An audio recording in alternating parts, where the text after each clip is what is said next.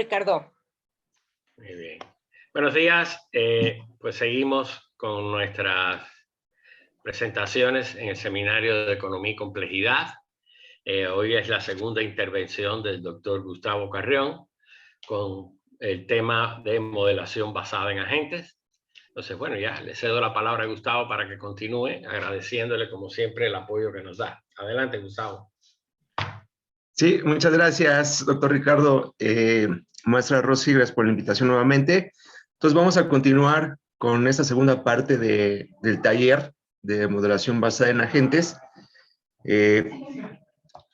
Recuerdan, los objetivos de este curso era introducirlos a la modelación basada en agentes, también a los procesos de modelación de fenómenos complejos, ver el alcance también de las simulaciones computacionales, usar ejemplos básicos, o sea, paradigmáticos del área para poder entender algunos conceptos y familiarizarse con el ambiente de NetLogo.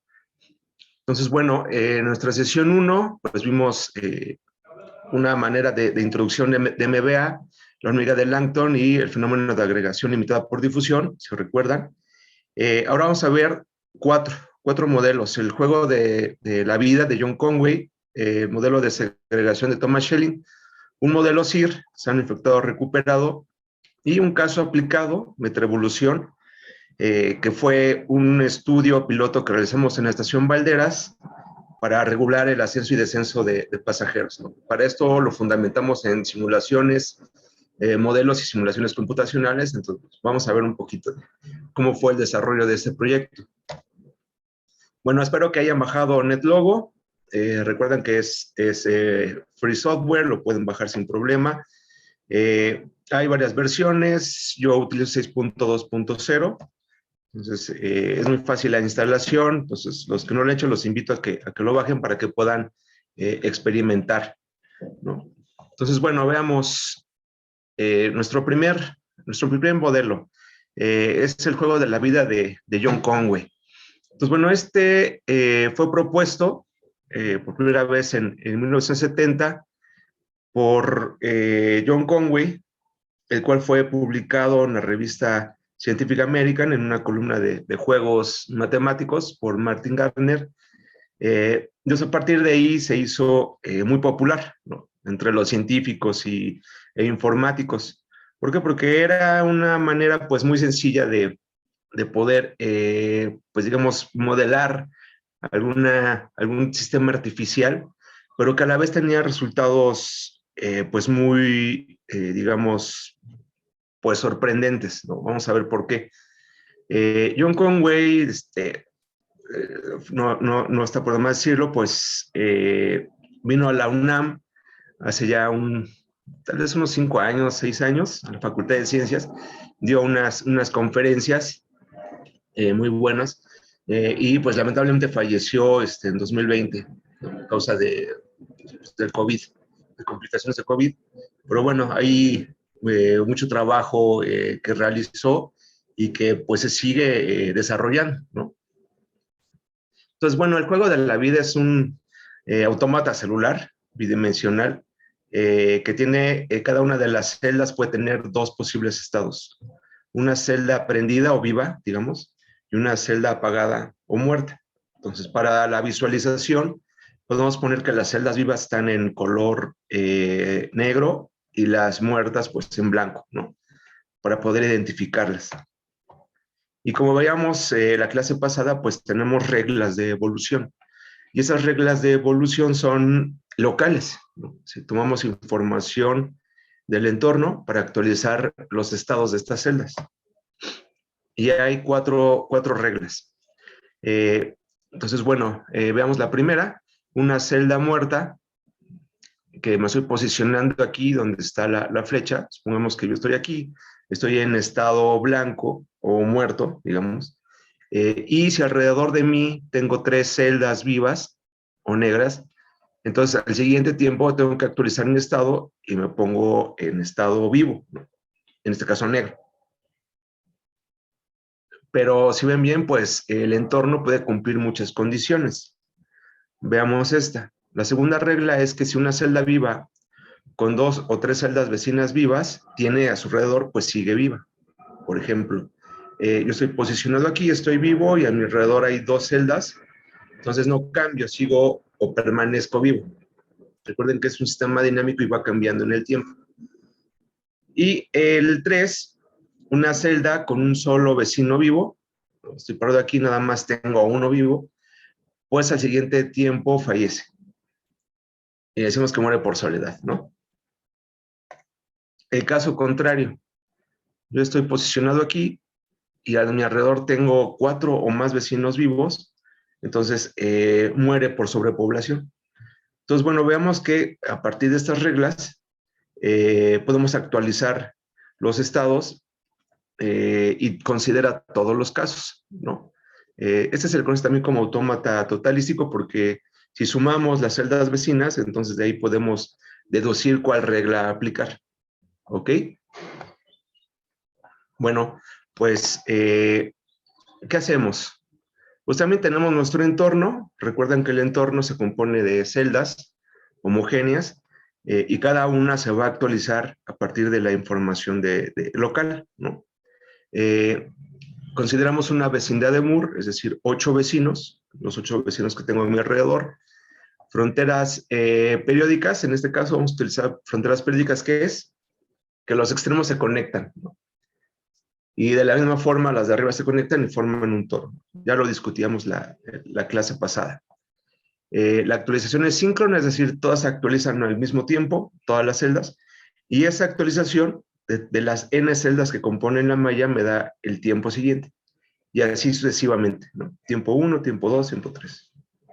Veamos. Entonces, los invito a que los que no tengan NetLogo instalado, pues les voy a pegar acá esta dirección. Aquí no la puedo agarrar porque será de acá.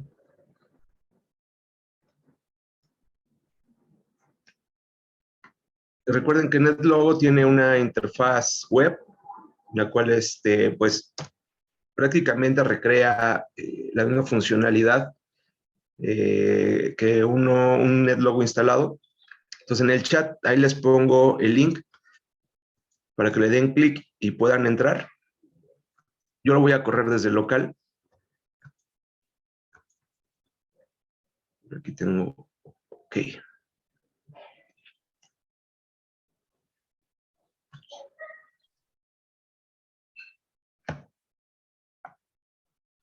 Muy bien.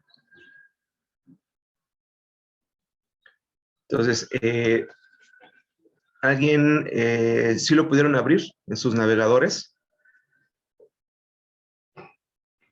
Muy bien, Lucía dice que sí, perfecto. Entonces, ahorita se van a encontrar con una interfaz de este tipo. Tenemos botones, sliders, nuestro mundo de agentes, ¿lo recuerdan? Esta ventana negra. Tenemos nuestros setups que van a establecer la condición inicial. Y tenemos el Go Once, que es la actualización de la dinámica, ¿no? Eso lo vimos la clase pasada, el taller pasado. Entonces, bueno, yo le voy a dar aquí setup blank, es decir, inicializamos. Y aquí tenemos una condición aleatoria. Es decir, vamos a poner celdas vivas y muertas en todo este mundo de manera aleatoria. Y esta slider lo que me dice es la densidad. ¿Cuántas celdas vivas vamos a poner en el entorno? Entonces, bueno, creo que ustedes lo tienen en 35% igual. Este lo he movido. Entonces le ponemos setup random y ahí tienen. Esa es nuestra condición inicial, ¿ok? Como vimos, son celdas vivas, celdas muertas. Vamos a darle un Go Once y vemos que cambió. Ya estamos en el tick 1. Nuevamente Go Once, Go Once, Go Once, ¿ok? Y pues bueno, no se ve nada como sorprendente, ¿no? Vamos a darle Go Forever. John Cowen bautizó esto como el juego de la vida, porque parece que están vivas, parece que hay estructuras ahí que se van transformando, que crean componentes, unas que son como estáticas, otras que se mueven, no sé si las alcanzan a distinguir. Entonces, a ver, ¿qué observan? Hablando de dinámica. Pues yo por ahí algunas estructuras fijas, ¿están de acuerdo?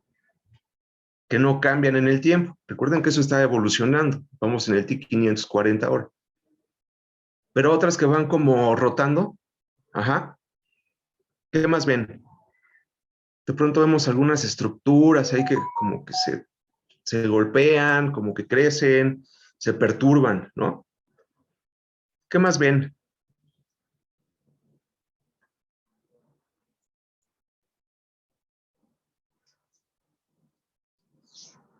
¿Alguien?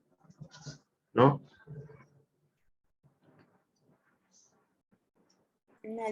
Nadie levanta la mano. ¿Nadie levanta la mano? No. Ok, bueno, lo que podemos preguntarnos es, ¿y esto tendrá algún fin? ¿Se sigue moviendo? ¿Se sigue actualizando? ¿Se va a quedar estático? Exacto. Lucía ya nos pregunta que si se va a quedar estático en algún momento. ¿Podrá ser? No, bueno, pues son las preguntas que usualmente tenemos que responder cuando analizamos un sistema dinámico. ¿Hacia dónde tiende la dinámica? ¿Qué comportamientos tiene? Entonces, bueno, esto pues al parecer sigue y de alguna manera pues eventualmente, como es finito, pues tendrá que acabar, ¿no? Una hipótesis. Tendríamos que mostrarlo o demostrarlo, ¿no? Es decir, esto va a quedar estático en algún momento. ¿Por ahí ven algo? ¿Algo extraño?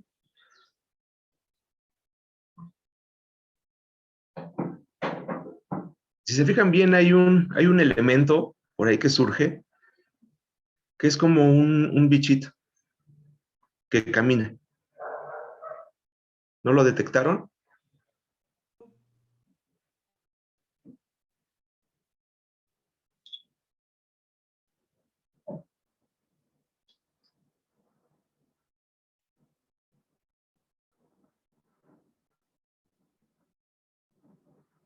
Ahorita en este momento creo que no está saliendo, pero si vemos bien, pues esto ya está como apagándose, aunque no sabemos si lo va a hacer. Entonces, bueno, ustedes están viendo esto, yo lo que hice fue crear una gráfica, ahorita les menciono cómo, está de este lado, pero a ver, veamos, si yo quiero saber un poco cómo va evolucionando, entonces puedo medir. Entonces, ¿qué les parece si creo una gráfica? Aquí está. Y le digo, pues quiero contar la cantidad de celdas negras a través del tiempo. Me puede dar un indicador, ¿no?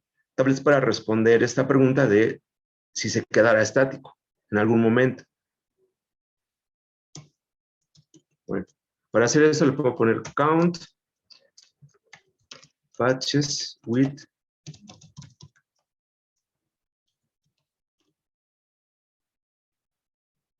bueno, pero como este es un patch color, ok, le puedo poner aquí contador celdas vivas. ¿Les parece bien?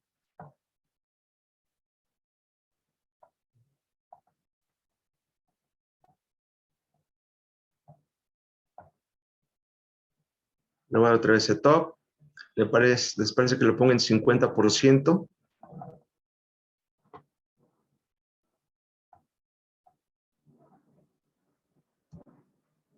Y entonces ahí va mi contador. Inicié como con 5,000 celdas vivas y en los primeros tiempos, en los primeros 50 ticks, bajó bruscamente. Y aquí podemos decir que ya tenemos la dinámica del juego de la vida. Salen esos cuadrados, esos blinkers, ¿no? Que son estructuras periódicas. Este de aquí que va caminando, ¿sí lo ven? Se llama glider. Es una estructura que se desplaza en el espacio.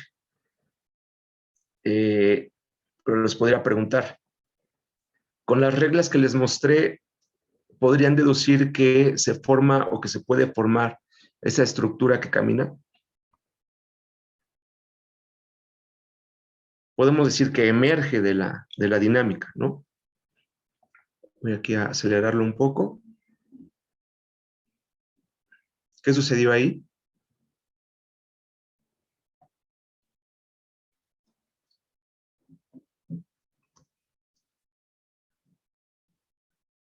¿Se quedó estático? Bueno, aquí ya lo paré, pero lo sigo evolucionando. ¿Se quedó estático?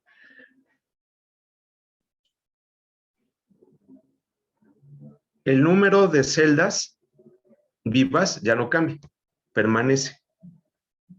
Pero rotan. Estas de aquí rotan, son periódicas de periodo 2.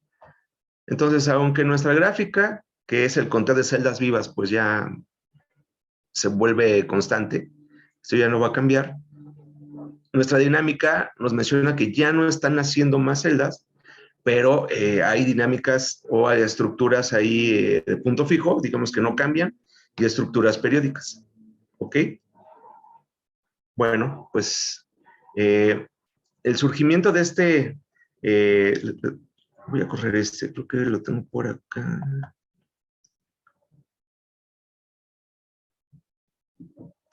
El surgimiento del glider, que es este como bichito que va caminando.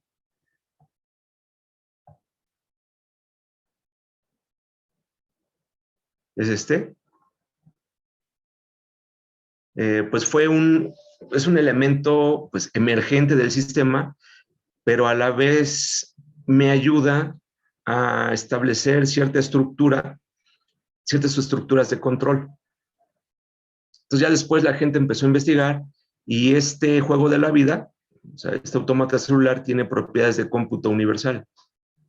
¿Qué quiere decir? Que yo puedo instanciar este sistema, o sea, generar una condición inicial para recrear algún tipo de cálculo, cualquier cálculo, ¿no? No quiere decir que sea práctico, pero lo podemos hacer. Ajá. A ver, veamos. Entonces vamos a hacer un experimento. Este lo voy a... ¿Se hace asintótico? ¿Te refieres al conteo de celdas? Pues la mayoría de las veces sí, pero depende de las estructuras. Hay unas estructuras que crecen y crecen y crecen y crecen en el tiempo. Entonces nuestra gráfica lo que haría es crecer, crecer y pues no nunca. Depende de la condición inicial. Hay muchas... ¿Cuántas condiciones iniciales podemos generar? ¿No? Esos son algunos elementos. Podemos generar una condición inicial, vemos qué sucede. Ustedes en su juego de la vida que está en web, pueden crear alguna condición inicial. Es decir, si yo le voy a poner setup blank, inicializo el mundo de agentes y tengo esta función que dice dibujar celdas. Entonces yo con el mouse puedo darle clic a las celdas y puedo dibujar un patrón. Ajá. Bueno, vamos a hacer lo siguiente. Dibujen este. Ahí tienen que ser medios con precisión con el mouse para que puedan dibujarlo. Son 3 celdas prendidas en vertical y estas 2, ¿no?, que salen de la parte superior y este en medio. Entonces veamos. Por ahí está filtrando un sonido. Entonces 1, 2, 3. ¿Están de acuerdo? Llevo 3. Ahora una superior aquí. Una en medio. Ese se le conoce como R pentomin. Y entonces cuando empezaron a jugar con estas condiciones iniciales, se dieron cuenta que esta era muy particular. Vamos a ver por qué, ¿no? ¿Ya lo tienen?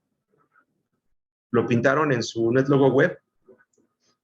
Los que acaban de llegar, voy a poner la liga aquí nuevamente para que ingresen al NetLogo web, al juego de la vida y puedan meter esta condición inicial. Y entonces le voy a dar aquí Go Forever.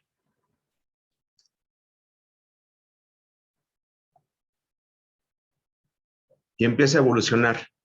Entonces, vean que tenía 5 celdas posicionadas de una forma, y entonces aquí tengo el conteo de celdas vivas que van naciendo.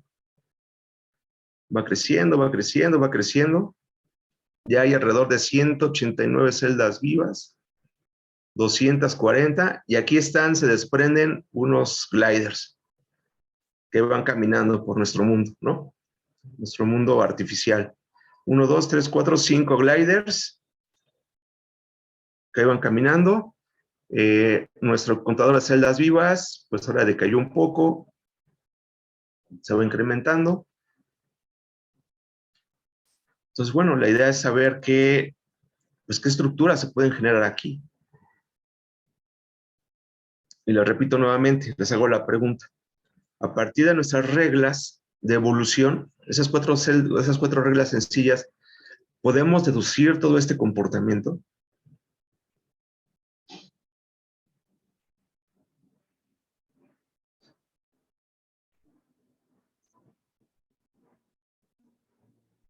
Sí, no, no sé. ¿Cómo ven?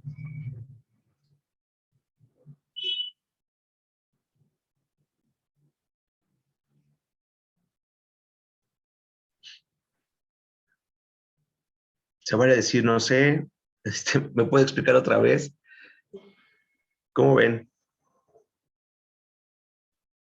Alfonso dice, me parecería que no se puede deducir, es que es parte de la emergencia del fenómeno. Sí, es decir, nosotros estamos dando reglas de actualización local. Cada una de estas le pregunta a sus vecinos que tiene alrededor, ¿muero o vivo? Nada más. Es la única información que tengo. Cada una de las celdas. Y vamos preguntando y vamos barriendo toda la malla, toda. Las estructuras que surgen, pues ya es en un nivel superior, ¿no? Porque tú ya estás viendo ahí conjuntos de celdas que pues digamos, autoorganizan, ¿no? Por ejemplo, este es un patrón periódico.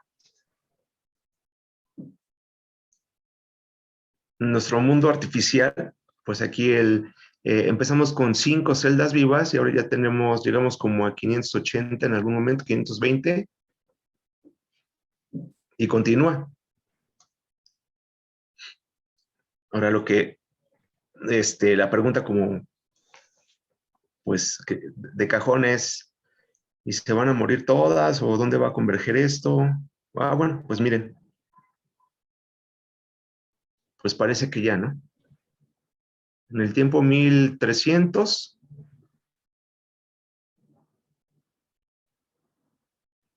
pues ya tenemos una cierta estabilidad.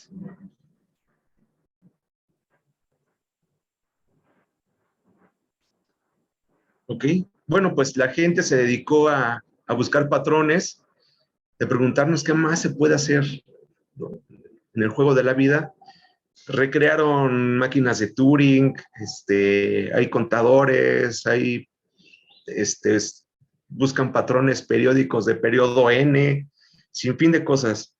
Incluso les voy a mostrar aquí una página que se llama LifeWiki, donde constantemente la gente reporta sus descubrimientos. Y, por ejemplo, tenemos aquí descubrimientos de mayo, del 18 de mayo, 25 de mayo de este año, por supuesto. Y la gente sigue explorando. Después de tantas décadas del juego de la vida, aún pues siguen descubriendo cosas, ¿no? Porque prácticamente hay infinitas condiciones iniciales y hay que evolucionarlas, ¿no? Además, bueno, pues es atractivo ver cómo evoluciona el sistema y ver de lo que es capaz. Hay muchos juegos entre juegos y también pues aplicaciones, artículos de investigación que utilizan el juego de la vida. Bueno, esta fue como manera de introducción ahora de nuestro taller, para mostrarles como un tipo de ciudad artificial, ¿no? Un mundo artificial que se va moviendo y surgen nuevas estructuras. Nada más para terminar, el código. El código es es muy chiquito. Todo esto es la inicialización y el go, que tiene la función principal, no sé si recuerdan, es cuenta a los vecinos. Si soy una celda viva, o sea, si soy estado negro, cuento a mis vecinos que tengo a mi alrededor y en función de esa suma yo decido. Si tengo 3 vecinos, entonces la celda nace. Y si tengo distinto de 2, o sea, que la suma sea distinta de 2 vecinos, la celda muere. Y esas reglas ahí están codificadas las 4 reglas que dijimos, ahí están. Y a partir de esto, pues surge toda esta estructura que vimos, ¿no? Entonces vean que es relativamente sencillo, es muy, muy sencillo, pero exhibe una gran complejidad, ¿no? Bueno, ¿alguna pregunta? Pregunta, ¿Todo bien? comentario.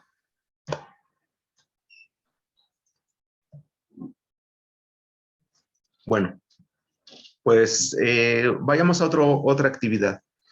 Fenómenos de segregación, ¿ok? Yo creo que pues todos han visto pues estas estructuras en las ciudades donde podemos ver una gran diferencia entre la calidad de vida de una región y otra. Por ejemplo, esas fotos de Ciudad de Buenos Aires, en Argentina, pues tenemos aquí, vean la imagen de la derecha, pues un barrio, pues digamos, marginado, ¿no? Y solamente por la división que hay de una barda, pues separa pues este edificio de lujo, penthouse, en cada piso hay un jacuzzi, una alberca, canchas de tenis, ¿no? Entonces, bueno, ¿cómo es posible que surjan estas estructuras en las ciudades? Evidentemente tratamos con un fenómeno multifactorial, o sea, están metidas ahí, inmersas un montón de variables y de factores y de crecimiento de ciudades para que pues de pronto surjan estas estructuras tan diferenciadas, ¿no? Estas estructuras segregadas. En la Ciudad de México también las podemos ver, ¿no? A veces vías grandes, ejes viales separan de las relaciones una de otra y pues sabemos que a veces hay diferencias sustanciales, ¿no? Avenidas grandes, por ejemplo, también. Veamos de también Buenos Aires, que cruza una autopista y separa pues una zona pues igual marginada de una zona financiera a partir de esta división. Incluso por ahí me platicaron unos colegas que vieron por allá que hay construcciones aquí de este lado de la zona marginada que a menudo pueden saltar a la autopista que hay cruza por acá. Entonces, bueno, es un riesgo estar ahí, ¿no? Entonces es bastante interesante. Bueno, pues eso es todo un tema de investigación, ¿no?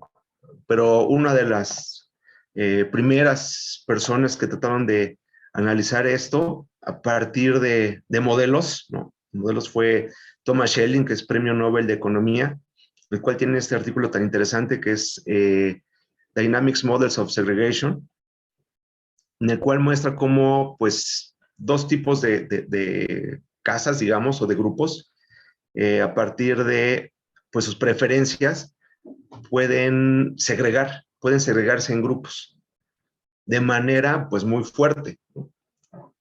Entonces, él utilizó, como lo estábamos viendo en el juego de la vida, pues, un tipo de modelo, en aquel tiempo le decían modelos de tipo tablero de ajedrez, pues igual, ¿no? Es como una retícula y en cada parte, pues está, en cada celdita, pues puede vivir ahí un elemento, un agente. En los 70 no estaba muy penetrada, estaba creando pues la teoría de modelación basada en agentes, esta metodología, pero lo que sí había eran autómatas celulares, ¿no? Que son como un poco los antecesores. Entonces, bueno, pues él en este paper crea estos escenarios que ya no les debe ser ajeno después de lo que vimos del juego de la vida. Entonces aquí tenemos 2 tipos de elementos, estos como hashtag y los circulitos, que lo que me dicen que son grupos, ¿no? grupos que pertenecen al hashtag, por ejemplo, y a los circulitos. Entonces, a partir de la evaluación del entorno, igual que en el juego de la vida, pues ellos deciden quedarse o irse a otro lugar, ¿no? Entonces, a través de ahí reglas pues sencillas también. Entonces, él, pues, vean cómo lo hizo en pues hojas, lápiz, papel, al igual que John Conway, también sus primeros experimentos, mencioné pues, que a papel y lápiz los estaba haciendo. Imagínense, pues, jugar esto como nosotros lo hicimos en un tablero de 100%, pues no, resultaría imposible, ¿no? O sea, no nos da el tiempo, ni imagínense los errores que podríamos cometer ahí haciendo actualizaciones. Entonces, bueno, pues él pues hizo aquí estos tipos de simulaciones a lápiz y papel y vio que después de cierto tiempo pues se creaban estos grupos que él acotó aquí con sus contornos y entonces veía que habían ahí a partir de la ejecución de reglas pues ese tipo de segregación, ¿no? Y es por la preferencia de estar con los de su mismo tipo, con un cierto porcentaje, un parámetro. Entonces, bueno, pues ahora con pues, los lenguajes de programación, esto resulta fácil, correr un modelo. Los invito a que, si quieren profundizar más, pues consulten la página de nuestro grupo. Aquí hay un pequeño tallercito sobre puro Shelley, pero vamos a hacer ahorita algunos ejercicios. Entonces, vayamos a segregación en la biblioteca de modelos. Ya conocen, ¿no? En archivo, biblioteca de modelos, en nuestro NetLogo. Si yo le pongo aquí segregation, entonces me sale el modelo de Thomas Schelling. Aquí está. Ahora, para los que no tengan instalado, pues vamos a...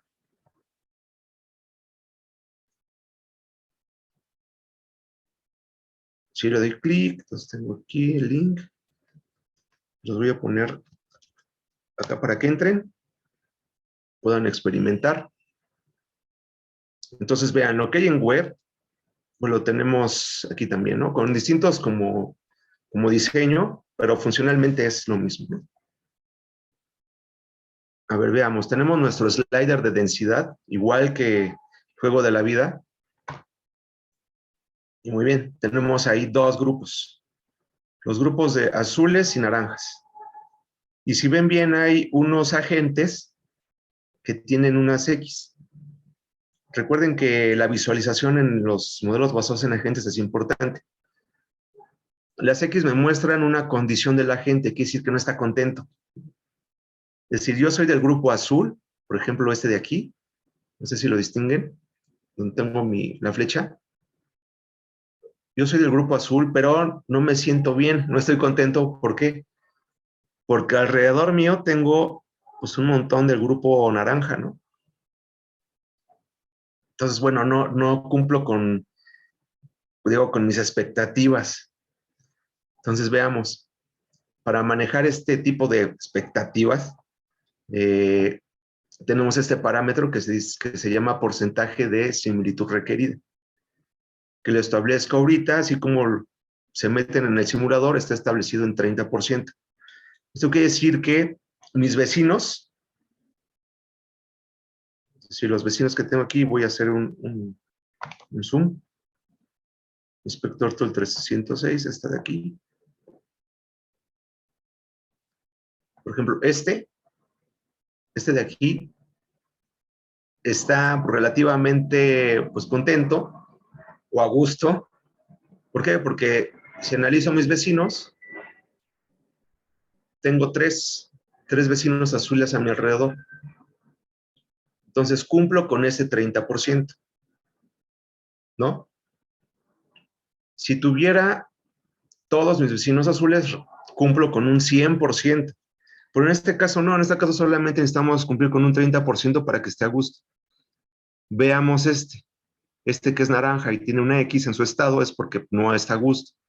¿Por qué tiene 1, 2, 3, 4, 5, 6 vecinos azules y solamente dos naranjas? Entonces, para las condiciones del entorno no le es suficiente. ¿Ok? ¿Qué haría él? Pues mudarse, ¿no? Schelling lo pensó como un modelo residencial. Es decir, es una casa donde vive gente naranja, por ejemplo, y no estoy a gusto porque a mi alrededor tengo casas azules, entonces me mudo, me cambio de posición. Busco una posición vacía y ahí me establezco. Bueno, y una vez que me establezco, vuelvo a preguntar lo mismo. Y si no estoy contento, me voy a otra posición y así sucesivamente. Creo que ya agarramos un poco el sentido de las reglas. ¿Qué sucede si le doy go once? Esta es una iteración. 2, 3, 4. Ahí está. ¿Qué sucedió?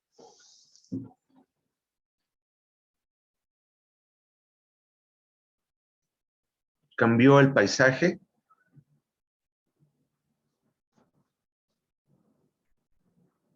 Se fueron moviendo, ¿no?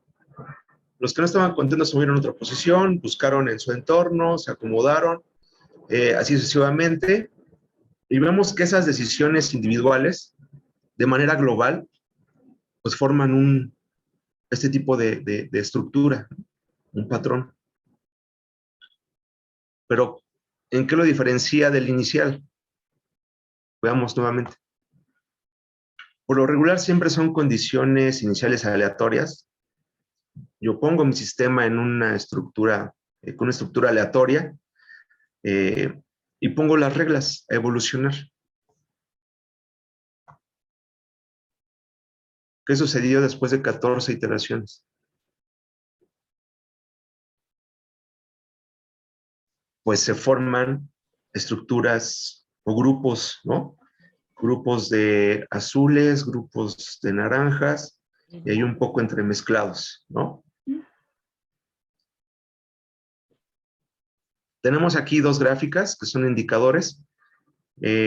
Cada agente tiene una etiqueta o un atributo que es si estoy contento o no estoy contento, digamos.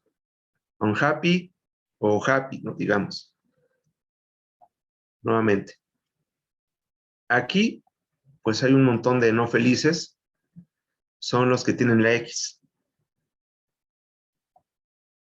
Conforme voy evolucionando, ese número de no felices cae. ¿No? De empezar en 474, ahora está en 150.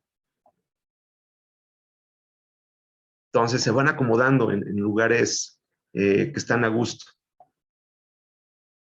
¿Qué sucede? Cae. Número de no felices, 5. 2, 1, 0. Ya.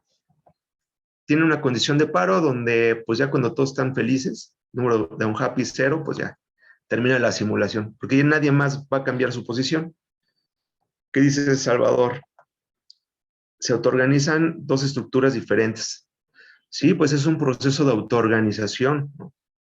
El sistema va presentando nuevas estructuras a partir de la ejecución de estas reglas pues, locales. Entonces surge, evidentemente aquí, pues nueva información, emerge estos pues clustercitos, que uno podría ver, pues es un mundo de naranjas y en el interior hay un clustercito de azules, por ejemplo. Viceversa, a lo mejor pues es un mundo de azul, entonces, bueno, ahí la interpretación que le quieran dar. Pero veamos, ¿qué sucede si yo aumento? Tengo aquí este parámetro que es muy importante. Entonces, Thomas Schelling dice, bueno, aún con un 30% de restricción en el que yo estoy buscando que al menos el 30% de mis vecinos sean de mi mismo tipo, pues las estructuras son dramáticas. Así lo cuenta en su paper, ¿no? ¿Qué sucede si aumento a 50? ¿Les parece bien? Es decir, si tengo 8 vecinos, requiero que al menos 4 sean de mi mismo tipo. Ya hay más restricción, ¿no? Setup, condición inicial aleatoria. Tengo felices y no felices. Vamos a evolucionar. Ahí está. ¿Qué diferencia notan?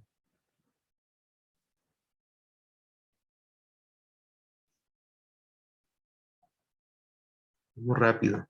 Veamos. Decae el número de no felices, llega a 0. Este es un indicador, es un porcentaje de similitud. Entonces, este se va incrementando conforme pues aumentan estos grupos, ¿no? Es una medida ahí que se va promediando respecto a la cantidad de vecinos que son como yo, ¿no? Es una medida global. Entonces, aquí el porcentaje de similitud es de 85, número de no felices 0, y el sistema converge. ¿Qué diferencia notan de un porcentaje de similitud de 30% al 50%?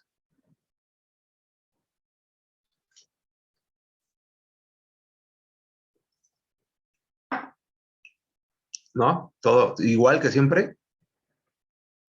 Bueno, pues si no notan diferencia, vamos a incrementarlo al 60%. ¿Les parece bien?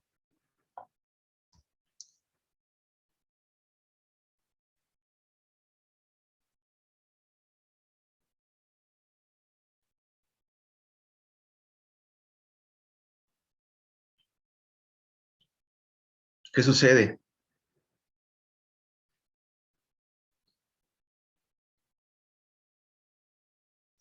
Ya tenemos muy diferenciados los grupos, ¿no? De tener una condición inicial aleatoria, ahora evidentemente tenemos ya dos grupos separados totalmente. Incluso ya no hay ese traslape como de un subclúster, un clúster adentro de una parte, por ejemplo, naranja, y luego esa naranja sobre un azul. No, aquí ya está muy, muy diferenciado, ¿no? ¿Por qué? Pues porque las restricciones impuestas en el entorno son muy duras también. De manera individual, yo requiero que el 60% de mis vecinos sean de mi mismo grupo. Y si no, me muevo. Entonces, por aquí ven algunos, pues no felices, que todavía andan ahí caminando, ¿no? Mudándose de lugar en otro y no encuentran una posición satisfactoria.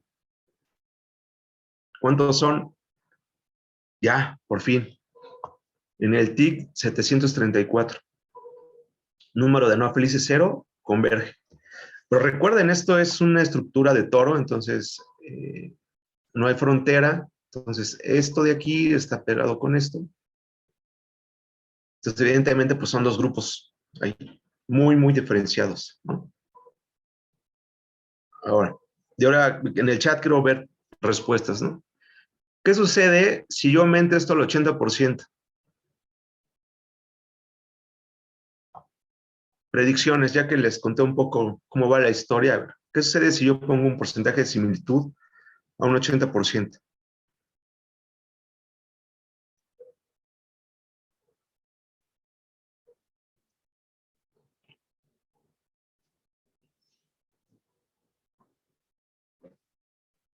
Nada, ¿no?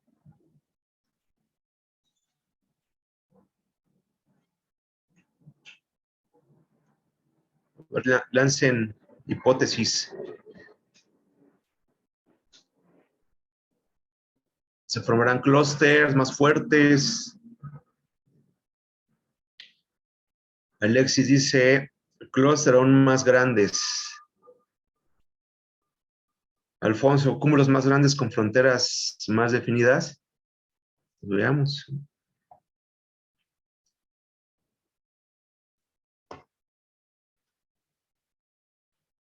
80%. Número de no felices. Dice Lucía, muchos infelices. Pues tenemos muchos infelices. O no felices, como gusten decirles. De hecho, ese número de no felices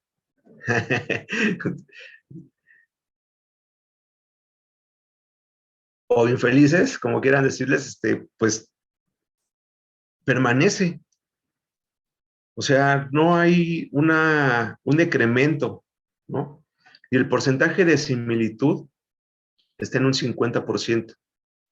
¿Qué significa eso? Bueno, que si yo mido la estructura del entorno, pues en este caso tengo como un 50% de rojo, de azules y de naranjas en el entorno. O sea, si yo me agarro una una muestra, una vecindad, pues tengo como eso, 50-50. Es decir, no tengo estructura. Entonces, sucede que las condiciones del entorno tienen tanta presión sobre ellos que no hay manera de que puedan satisfacer este requerimiento. No hay manera de que puedan cumplir con ese 80%. Entonces le puede decir que es un sistema frustrado, ¿no? Ya en este momento. No va a converger. Pero eso me lleva a varias preguntas. ¿Sí? Pues, ¿qué porcentaje de similitud crítico me separa lo que sí genera estructura y lo que no genera estructura?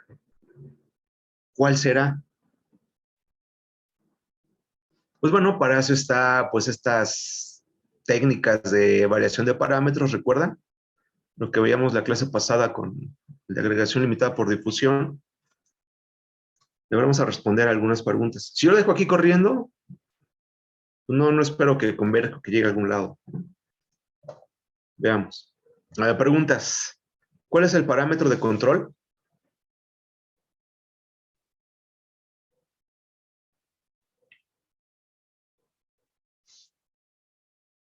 Pues ya lo veíamos, ¿no? Es porcentaje de similitud requerida, exacto. Gracias, Alexis, exacto. Con este parámetro de control yo puedo cambiar la dinámica, los escenarios que estoy viendo. ¿Hay algún tipo de patrón? Pues sí, ¿no? Son estos cúmulos que vemos que se van formando. ¿Se genera alguna propiedad interesante? Pues esta segregación. Y lo que siempre les pregunto, las reglas locales, ¿no? De censar el entorno y ver si el grupo que los vecinos son como yo, los que explican el patrón emergente, explican los patrones, la dinámica. ¿Puedo deducir la dinámica?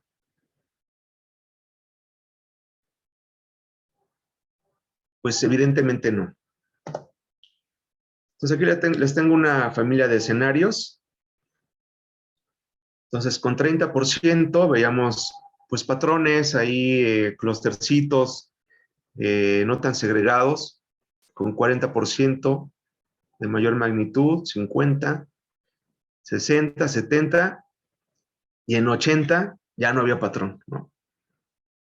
Entonces por ahí hay un parámetro crítico que me rompe la dinámica. Podemos decir que es una transición de fase, ¿no? El sistema ya no es igual. Bueno, eso ya lo vimos. Entonces veamos. Aquí estoy midiendo similitud requerida, que es este parámetro de aquí, que arranca desde 1, 2, 3 hasta 100, ¿no? Y ese es el número de satisfechos o no felices, no satisfechos, que es este.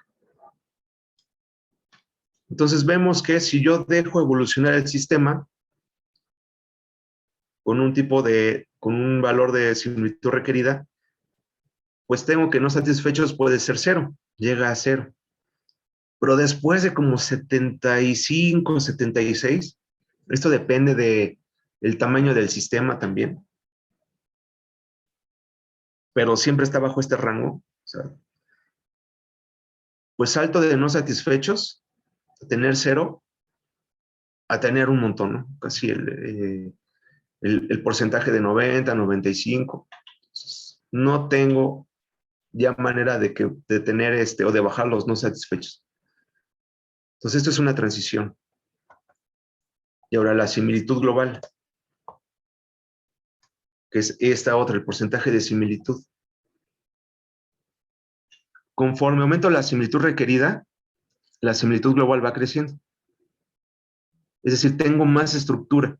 Los cúmulos hacen más fuertes, ¿no? Hay más segregación. Hasta que puedo llegar a un porcentaje de similitud de 99.9%, por ejemplo. Y después de ahí, de este valor crítico, ¡pum!, se cae.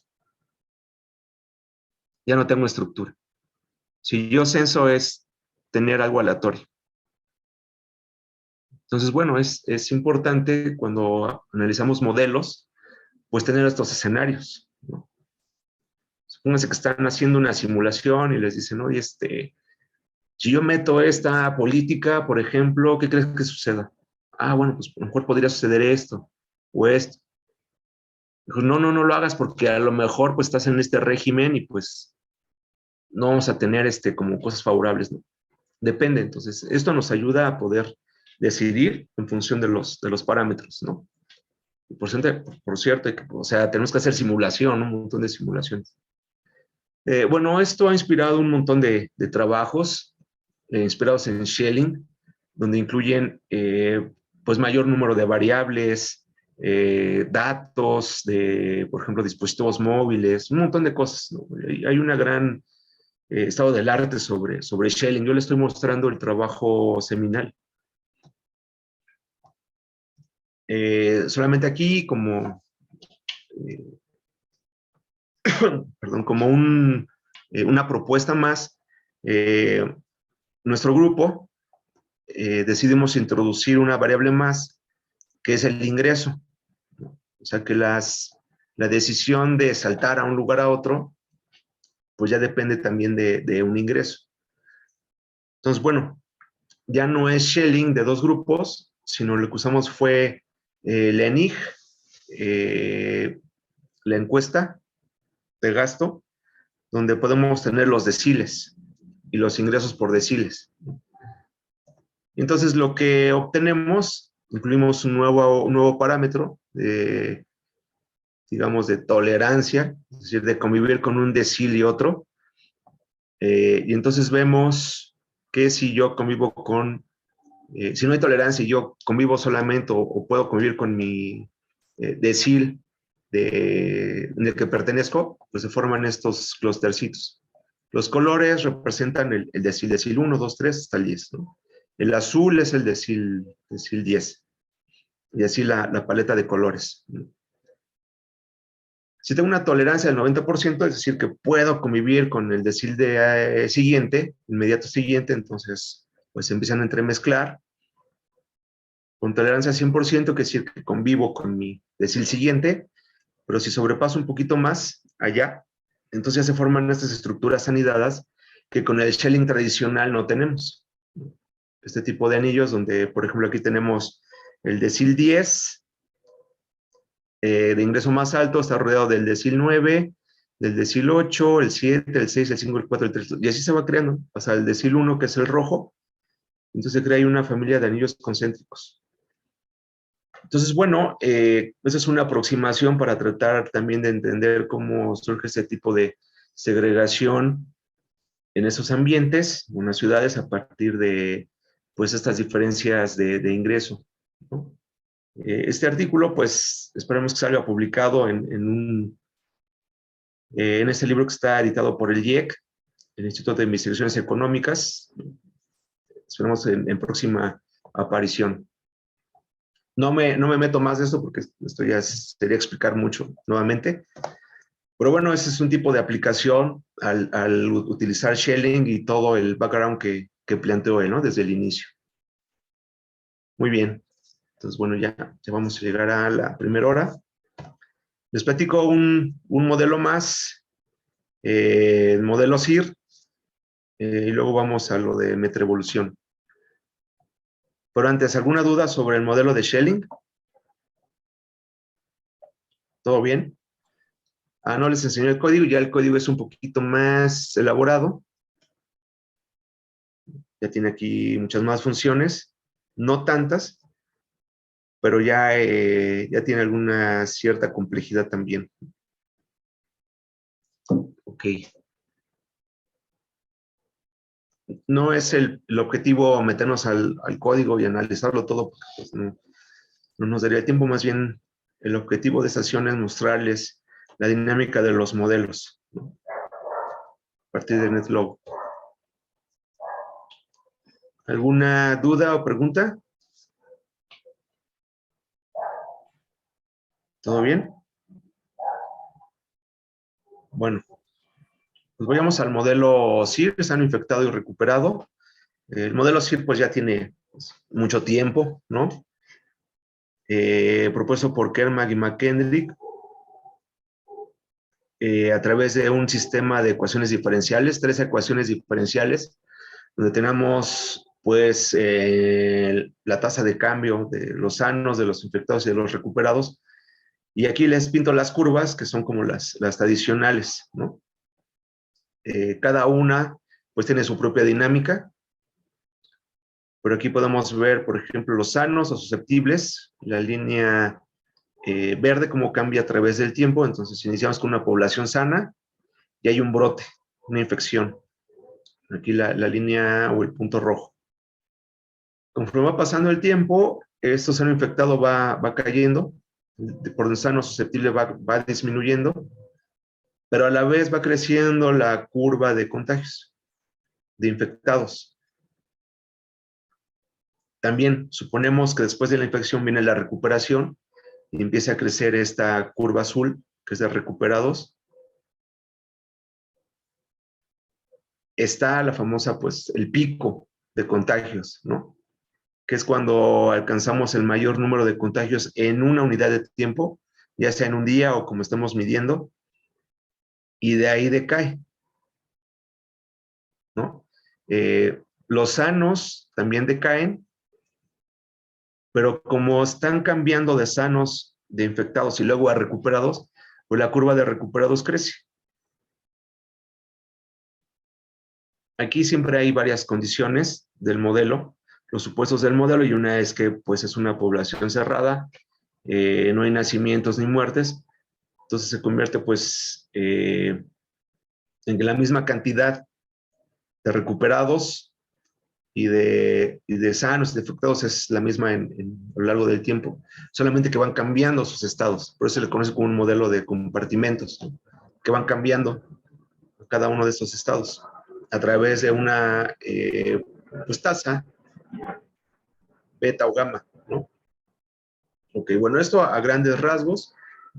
Ahora, pues en estos tiempos que nos tocó vivir, contingencia sanitaria, pues estos modelos fueron recuperados y han sido tomados como base para crear modelos más sofisticados, ¿no?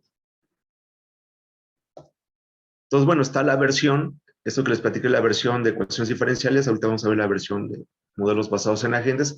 Recuerden que son 2 paradigmas distintos de modelación: top-down, ecuaciones diferenciales, y bottom-up, modelación basada en agentes.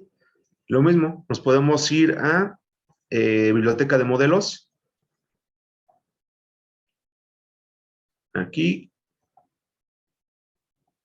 nos vamos a ir a el modelo básico, Epidem Basic.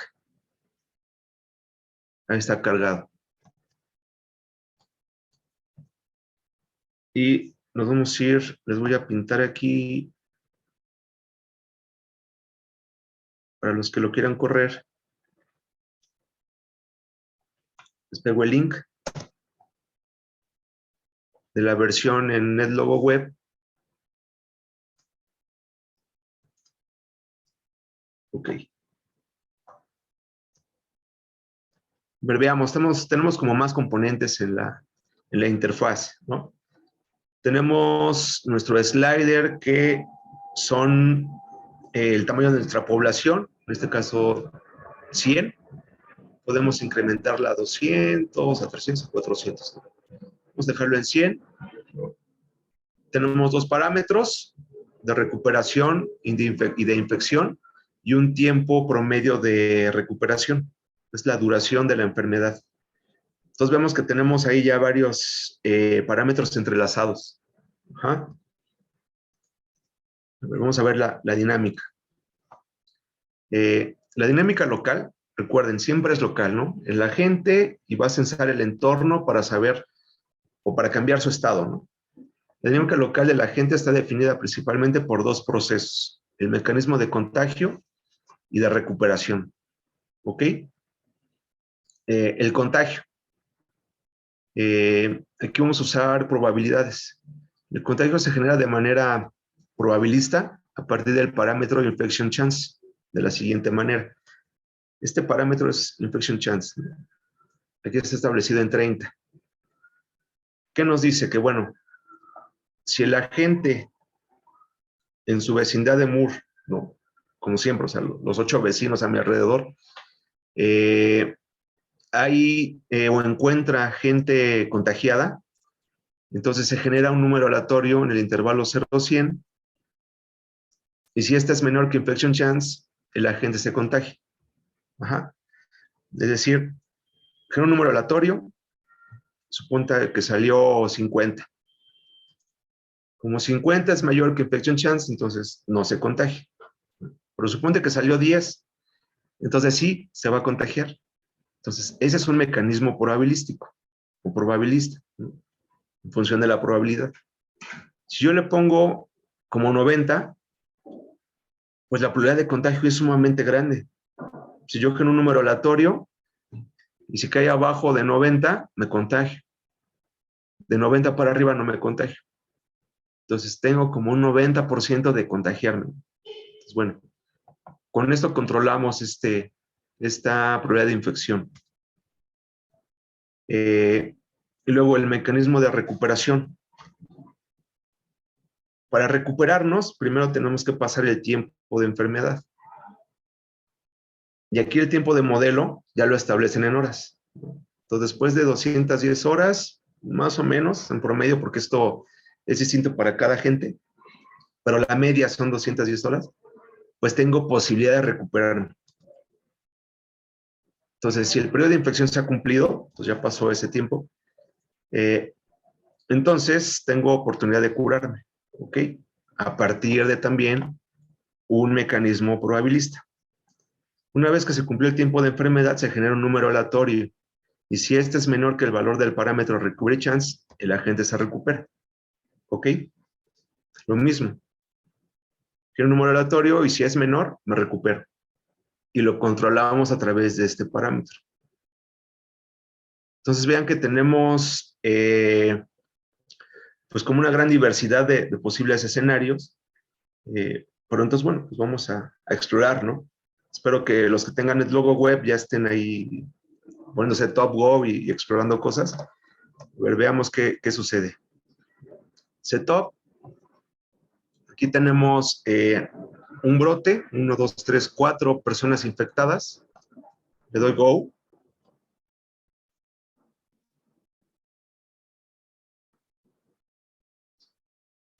Y listo. ¿Qué sucede? Bueno, veamos la población infectada y no infectada. La no infectada al principio es pues, la mayoría, baja, luego la infectada sube, está la famosa curva, el pico, y luego baja. Y aquí en este caso, los infectados pasan a no infectados. Entonces vuelve a crecer. Esta es la tasa de infección por hora. Acá abajo tenemos horas. Entonces, en los primeros momentos de la epidemia, digámoslo así, pues hay un montón de contagios. Está normalizado. Luego baja y bueno, ya después tenemos los recuperados. ¿Ok? Veamos qué sucede si ponemos un recovery chance, pues un poquito mayor. 80.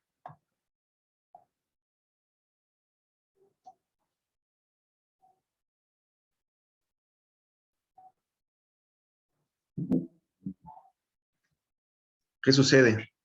¿Alguien nota algo?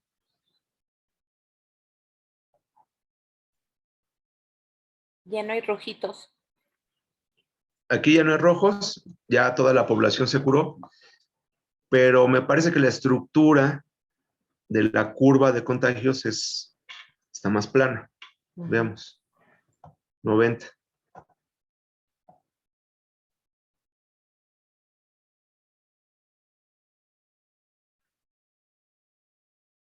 ¿Sí?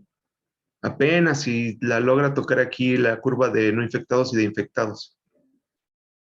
Y baja. Entonces, ¿esto es por qué? Porque la capacidad de recuperación, el recovery chance es muy alto, ¿no? pues digamos, la actual pandemia, crearon modelos donde se podía introducir pues estrategias de contención, por ejemplo, distanciamiento social. Entonces, bueno, hay algunos trabajos de modelación basada en agentes donde lo han metido.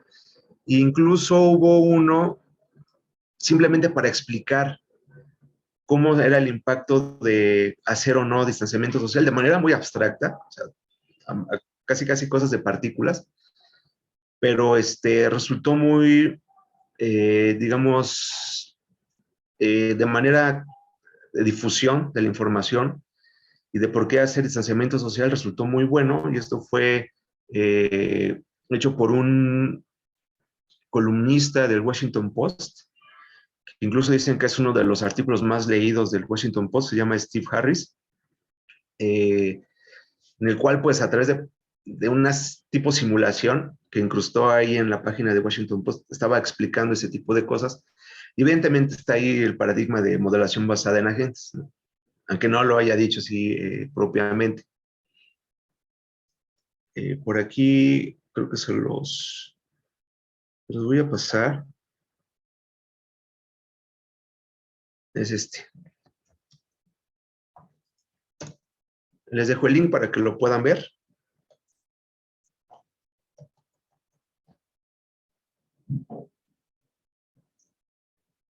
Y entonces, bueno, al principio se sabe que los crecimientos, el crecimiento de los contagios, pues crece exponencialmente.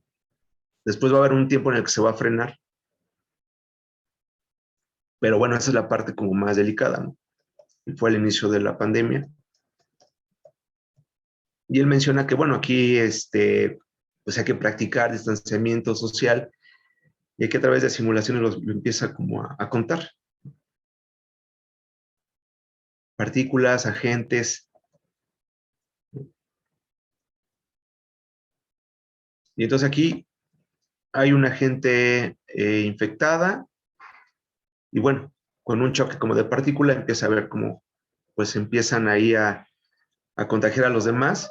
El choque implica que quedan enfermos o contagiados. Una vez que pues ya todos están contagiados, pues empieza la recuperación. Y así lo explica de manera muy sencilla. Y entonces el supuesto es que, ¿qué sucede si hacemos, por ejemplo, esta barrera?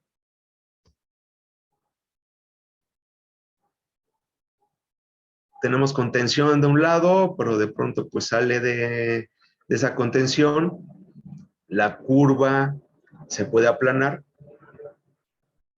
Y es lo que se buscaba, ¿no? Al principio de la pandemia, aplanar la curva para no rebasar el sistema de salud, ¿no? Tener oportunidad de que se recuperara.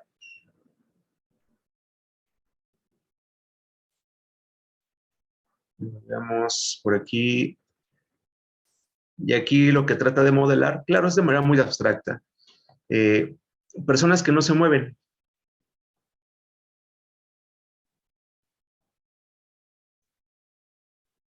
En el primer escenario todos se están moviendo, pero en este escenario ya hay personas que no se mueven. Entonces, vean, la curva se hace prolongada, muy larga, se aplana, ¿no? El famoso aplanamiento de la curva. Y entonces, con un porcentaje mayor de la población que quedaba inmovilizada, pues esta curva se aplana mucho más. Entonces, bueno, esto en la clase que doy de modelación basada en agentes de la Facultad de Ciencias, pues dijimos, pues bueno, a ver, vamos a recrearlo con NetLogo.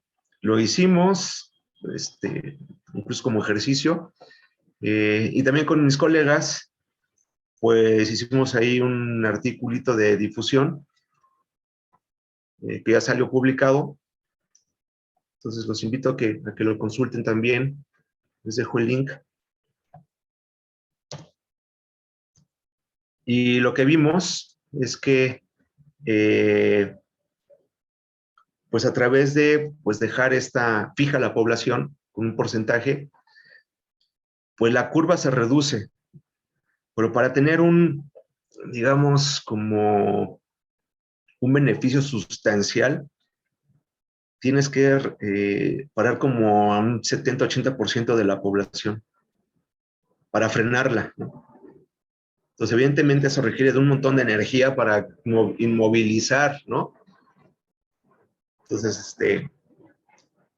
pues bueno, distanciamiento social ayuda, pero creo que se necesitan de más estrategias para poder mitigar estos efectos negativos, ¿no? de la pandemia. Los modelos nos ayudan a tratar de ver estos escenarios y a entender también cómo se desarrollan los fenómenos. Pues bueno, los invito a que lean este articulito. Y también que experimenten con el código aquí de EpidemBasic. El código ya es mucho más grande, ¿no? Entonces hemos ido avanzando en complejidad incluso pues en los modelos que hemos visto. Ya esto requiere pues ya tener cierta experiencia para poder programar o proponer modelos pues digamos parecidos o tomarlos como base, ¿no? Ok, pues, ¿alguna duda o pregunta?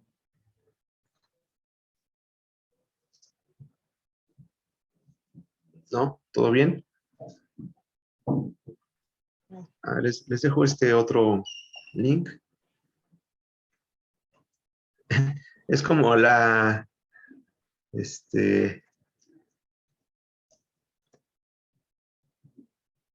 artículo del Washington Post. Eso explica la creación del artículo, ¿no? O de la nota del periódico. Se los dejo ahí. Ok. Entonces, bueno, vayamos a este caso de estudio, el del metro de la Ciudad de México. Fue parte de mi proyecto de doctorado que desarrollé en la UNAM, en el IMAS, en el posgrado de Ciencia e Ingeniería de la Computación, en el cual tratamos de estudiar sistemas de transporte público a diferentes escalas, a través de modelos basados en agentes, modelos y simulaciones computacionales.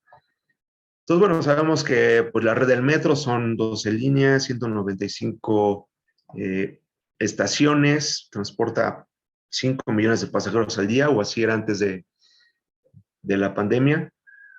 Pero entonces es un sistema enorme, ¿no? ¿Cómo lo analizamos? En escala de la red, observamos todo,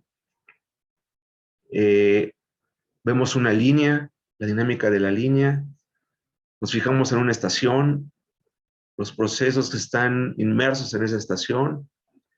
Entonces, ¿dónde me paro para estudiar el fenómeno? De ahí depende también, pues, nuestros objetivos, ¿no? Nuestros objetivos, de ahí depende cómo vamos a tomar la escala espacial y temporal. Entonces, bueno, el estudio se dividió en una escala global donde consideramos una línea entera, la línea 1, en el cual propusimos un modelo basado en agentes para ver el desempeño de la línea a través de los trenes que iban avanzando. Y una escala local de cómo se comportan los pasajeros específicamente en el proceso de ascenso y descenso de los vagones. ¿Por qué? Porque este es importante, porque conecta dos escalas. La escala de pasajeros y la escala de trenes. El proceso de ascenso y descenso conecta estas dos escalas. Entonces era muy relevante estudiarlo. Ahorita les voy a presentar la escala local. La escala de trenes, pues ya lo dejaremos para otro momento. Bueno, tenemos un flujo de modelación, este esquema, en el cual tenemos la situación real, lo estudiamos, lo analizamos, sacamos datos empíricos, proponemos nuestro modelo, ¿no? Incluso un modelo conceptual y luego lo llevamos al lenguaje matemático computacional. Lo programamos, lo instanciamos con datos, sacamos resultados y regresamos a cotejar si nuestro modelo está recreando esta realidad, ¿no? que queremos estudiar. Entonces, bueno, es todo un ciclo de modelación. Veamos primero la parte de observación del fenómeno y de recabar datos, ¿no? No es fácil. Cayó algo ahí.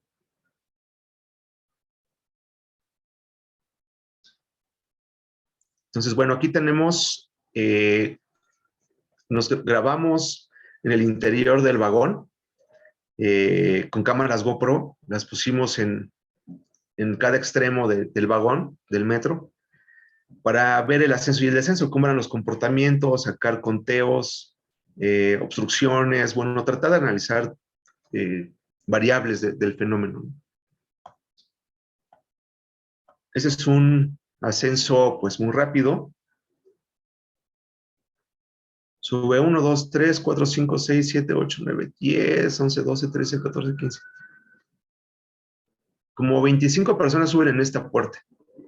Supongamos que sube la misma cantidad en cada una de las 4, son 100 pasajeros que suben en alrededor de pues, más o menos unos 17 segundos. O sea, subimos muy rápido, ¿no? Los mexicanos somos muy rápidos para este proceso. Pero ¿qué sucede cuando hay eventos complicados? Saturación en el interior y tanto en la plataforma. Pues suceden este tipo de situaciones, ¿no? Hay que empujarse, salir. ¿Vieron la persona de gorra roja? No puede bajarse. Voy a repetir.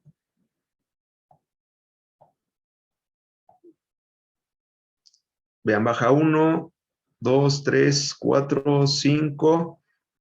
Ya no pudo. Y seguramente, pues, los que viajan en metro nos ha tocado este tipo de situaciones en las que queremos bajar y no podemos, ¿no? Una estrategia que, bueno, no es que se pongan de acuerdo, pero es esta creación del flujo que va bajando y en el cual lo debemos de tomar, o sea, pegarnos eso para poder bajar, porque si nos despegamos un poco como el de la persona de rojo, ya no vamos a poder bajar, ¿no? Entonces, una estrategia es unirse a este flujo para poder bajar en este tipo de situaciones. A menudo cuando te subes al metro, pues preguntas, oye, ¿te vas a bajar? ¿Te vas a bajar? Ya sabes que si va a bajar, entonces tienes que ir inmediatamente tras de él, ¿no? En este tipo de situaciones.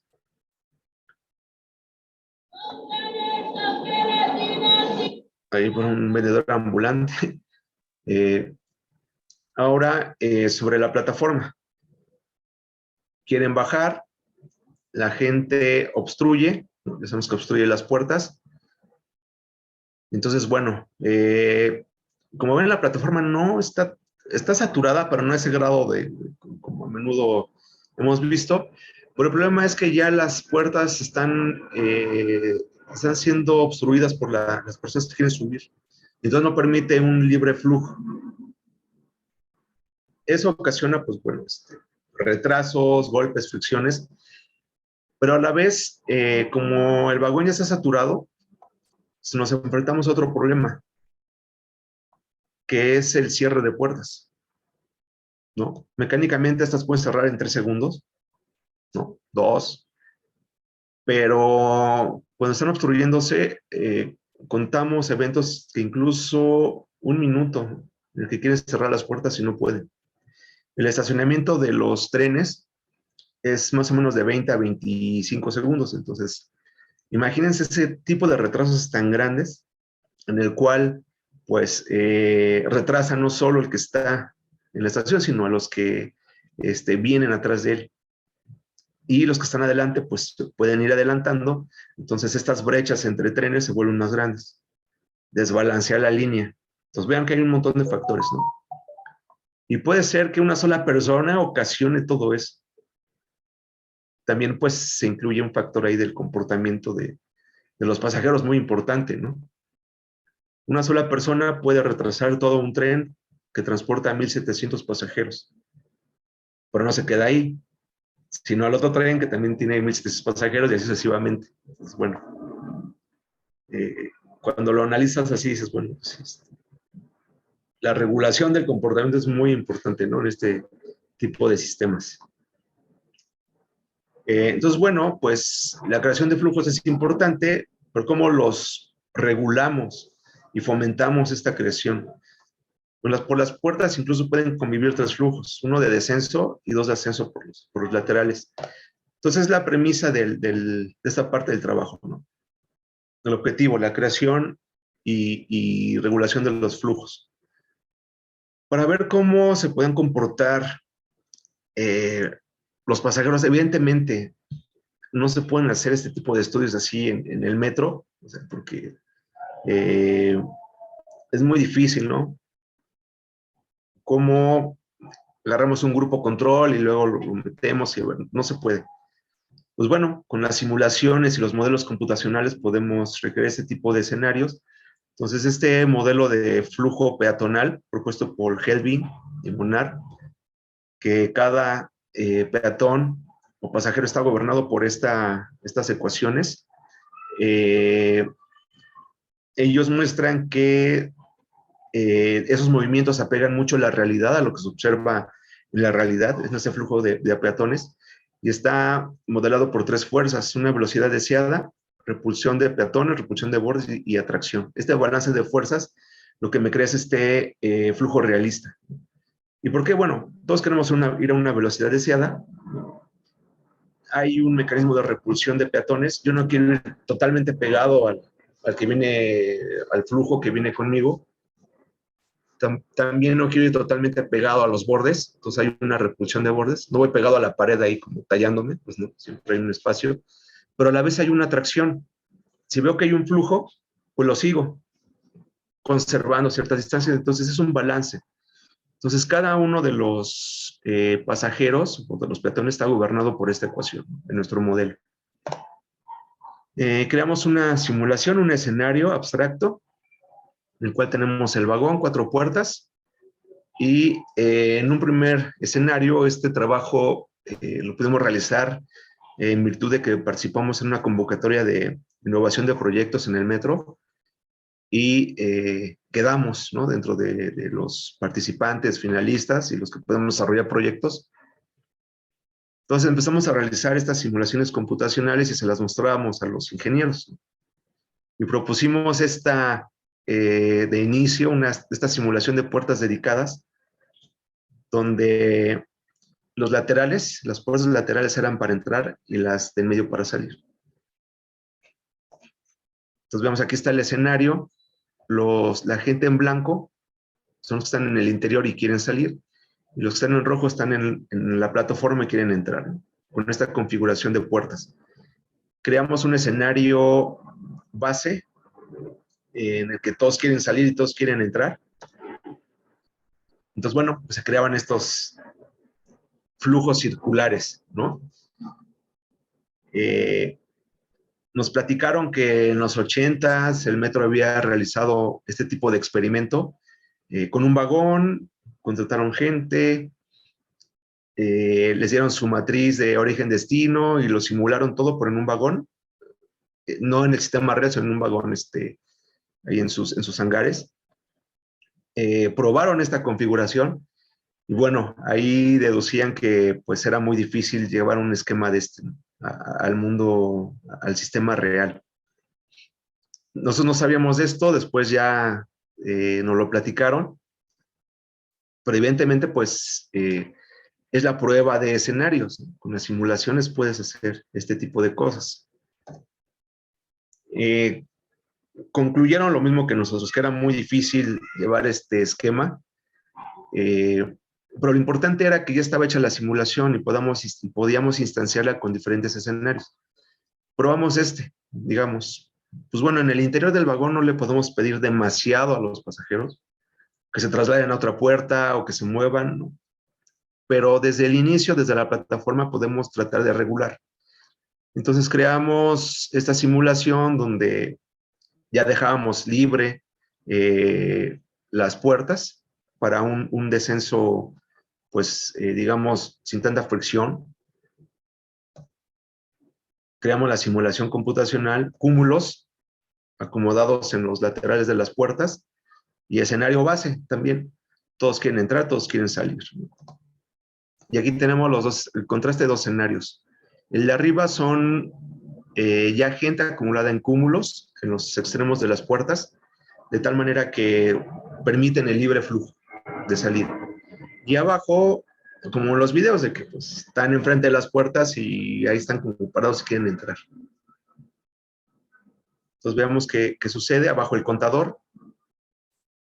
Aquí van bajando y de pronto pues se meten. Y aquí pues se siguen peleando por salir, ¿no? Seguramente pues les ha tocado de pronto pues los que usan metro pues están en situaciones de estas. Lo repito nuevamente. Vean aquí cómo alcanzan a formarse 3 flujos. Todavía uno de salida y 2 de entrada. Mientras que aquí ya van caminando y van saliendo, aquí todavía están luchando por salir en una puerta. Ganamos 4, 5 segundos, 6 segundos, pero evidentemente la dinámica es muy distinta, ¿no? Hay que fijarnos en todos los aspectos.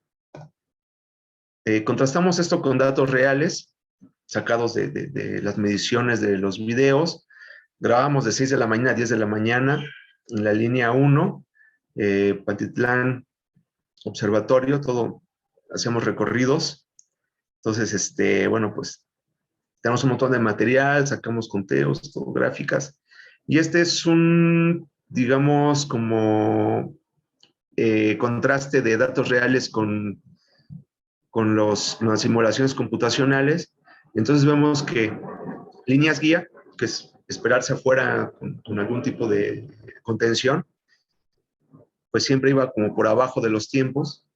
La configuración actual, subiendo la densidad de pasajeros, crecían los tiempos y las puertas dedicadas pues siempre era con un no muy buen desempeño, porque te tienes que trasladar de una puerta a otra, entonces eso consumió mucho tiempo. Evidentemente este señalamiento ya lo conocen, lo han visto, si han usado el metro, pues han visto este señalamiento. Después de presentar los resultados y de muchas pláticas con los directivos del metro, los ingenieros, pues se decidió hacer una intervención, un estudio piloto en la estación Valderas de la línea 1. ¿Por qué? Porque pues, es una estación de transferencia y hay mucha gente que baja, que sube, ¿no? En esa estación. Entonces era como muy ideal esa estación, aunque también pues requería un reto, era un reto muy, muy grande. Entonces, a ver, este es un video días antes de hacer la intervención.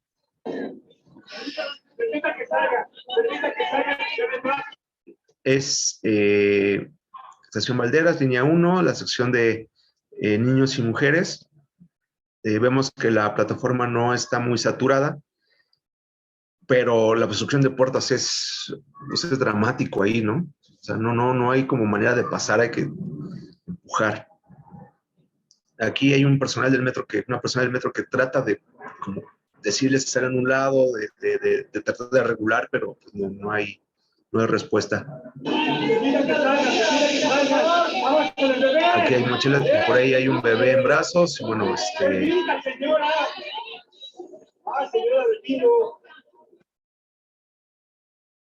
bueno, muchos empujones. Hicimos esta intervención en diciembre de 2016, 2017. 2017, sí. Entonces, pues instalamos los señalamientos. Es una especie de floor graphic que no se derrapa, muy resistente. Entonces, los pegamos en la madrugada, fuimos colegas y gente del posgrado, fuimos y instalamos los señalamientos sobre la plataforma. Medimos y todo. Y empezamos, eso fue en la madrugada del sábado para el domingo. El domingo, pues, no hubo intervención, o sea, no fue una día regular. El lunes empezamos a las 6 de la mañana, Protección Civil, gente del metro, La Naranja, la gente de UNAM del posgrado, estábamos todos en la estación. Y bueno, pues, empezamos a ver que la gente llegaba y decía, bueno, pero, pues, ¿qué es esto, no? Y una cosa curiosa inmediatamente fue en el área de mujeres que empezaron a formarse. Entonces eran como las 7 de la mañana y yo estaba regulando, estaba tomando video y todo y fotos, coordinando todo el estudio piloto y le pregunto a la gente del metro que estaba aquí, en esta sección, y oye, ¿por qué estás formando? ¿Por qué estás formando? ¿Por qué estás haciendo filas? Y dice, no, yo no he hecho nada, solas empezaron a formarse. Digo, bueno, está bien, digo, no hagas nada, o sea, deja que sigan formándose, a ver hasta dónde llegan, ¿no? Y bueno, empezaron a formarse y ese fue el inicio. O sea, de manera espontánea surgieron las filas y continuaron y se fue reforzando día con día. Y este video que les presento es en el tercer día, después de la instalación. Hay filas como que se quieren formar y no. Aquí va bajando una señora de edad avanzada, por ejemplo, su bastón le ayudan a bajar. Suben, aquí todavía como que se aglomeran en las puertas, pero luego como que se vuelve a restituir la fila, no sé, estaba ahí un proceso de sí y no, la fila, pero después de una semana y media de la intervención, de estar ahí, estuvimos 2 semanas, que iba a durar el estudio piloto, pero después, por los resultados, bueno, se dejó ya indefinidamente, pero vean esto, esta semana y media después, velocidad 8X, la persona que está aquí de boina está ahí regulando, cuidando el lugar, pero todo, digamos, toda esa dinámica es pues de manera individual que toma una decisión y dice, ¿cómo va a formar? Sigo, vean los trenes, llegan, descargan de manera muy rápida, suben, o sea, es una sincronía tremenda, ¿no?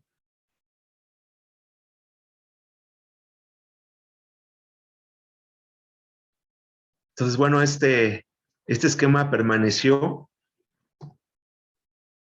¿Y qué sucede en el área mixta? Las plataformas son pequeñas, pero pues sí alcanzaban a formar una fila de 8 o 9 pasajeros por fila. Entonces bajan y suben, ¿no? Ese intercambio de pasajeros permitía que se desahogaran las filas.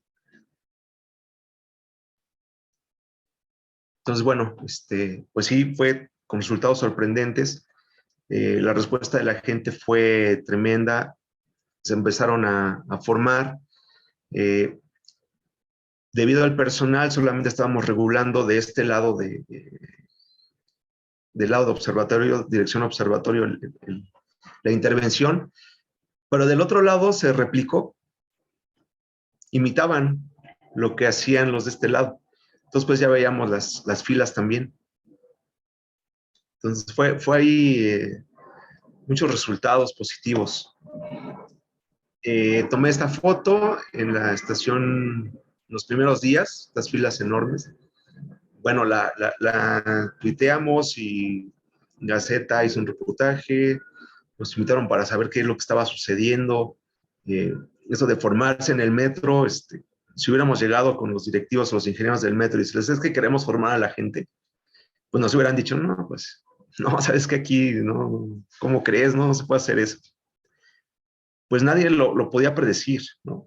O sea, es decir, cómo este tipo de intervención, en el cual, pues, el propósito era crear cúmulos, porque incluso los señalamientos dice área de espera, pues en lugar de eso tuvimos filas. Entonces creo que pues es un componente cultural muy fuerte de la ciudad, ¿no? Los que vivimos aquí, en el que pues llegas a cualquier lado y ves un montón de gente, ves una fila y te formas, ¿no? Ya después averiguas para qué es la fila, pero llegas y te formas, ¿no? A ver, pregunta para qué es después. Estás ahí formándote. Entonces, bueno, esto tuvo beneficios tanto cualitativos como cuantitativos. De manera cuantitativa, pues ese tiempo de ascenso y de descenso se redujo.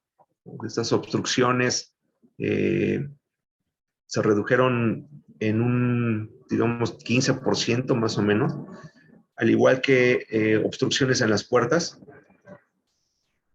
también de un 15 o un 25%. Entonces eso fue muy benéfico. Incluso lo veíamos durante la intervención, que estaban ganando tiempo, y de pronto era Valderas, diciembre a las 8 de la mañana, y se veía vacío. Aún no nos explicábamos por qué.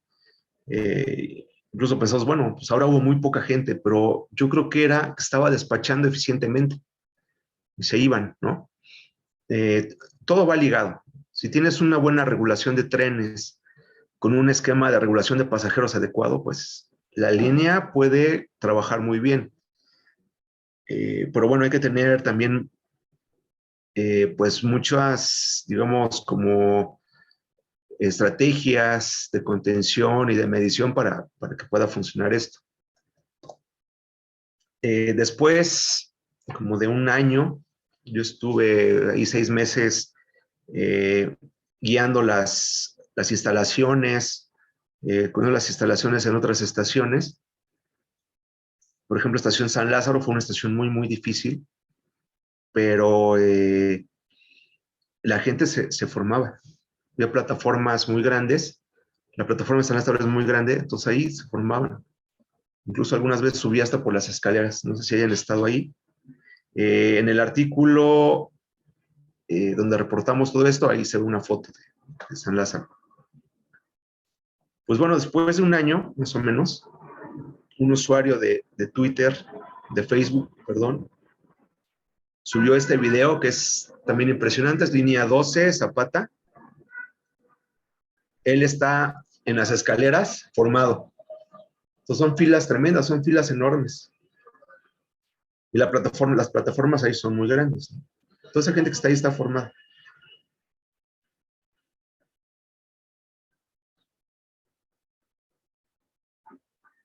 Entonces, bueno, vean cómo van bajando. Es como que de pronto la gente voltea a ver hacia arriba así de qué sucede, ¿no? Para un ambiente, pues, sumamente, pues, tranquilo, moderado. No como los videos que les presenté, que poca gente en la plataforma, pero era un empujadero y ¿no? Hay mucha fricción, mucha tensión. Y ahí de pronto va bajando el usuario de Facebook que estuvo grabando.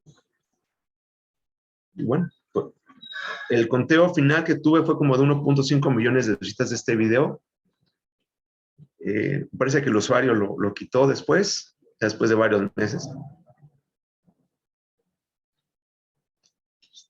Pero bueno, es impresionante, ¿no? Ver estas escenas.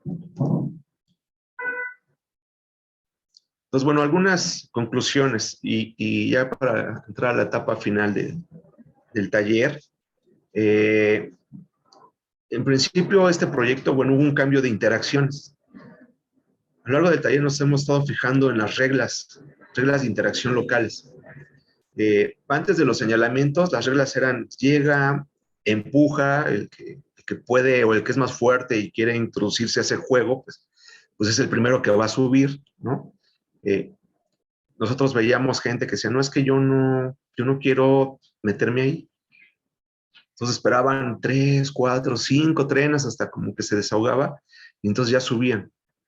No querían entrar a esa ejecución de reglas.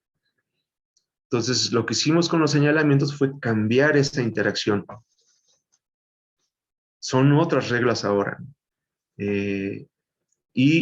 Con la finalidad de pues fomentar la formación de estos flujos. Algo inesperado pues fue que se formaron filas, ¿no? Pero pues muy benéfico para el programa. La viabilidad de usar simulaciones computacionales.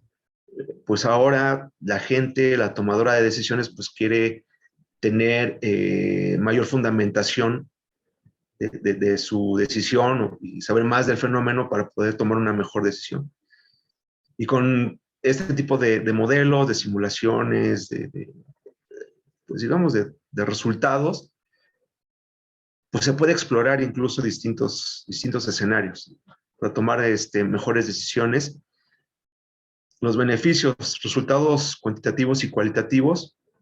Hay un tiempo de descenso, más bien redujimos el tiempo de ascenso y de descenso de un 5 a un 15% y retrasos en puertas de un 15 a un 25%. Y con este esquema se beneficiaban pues, más de 400,000 pasajeros diarios. Sí, es muy importante, ¿no? Conservar este esquema y cualitativamente, pues mejores beneficios, ¿no?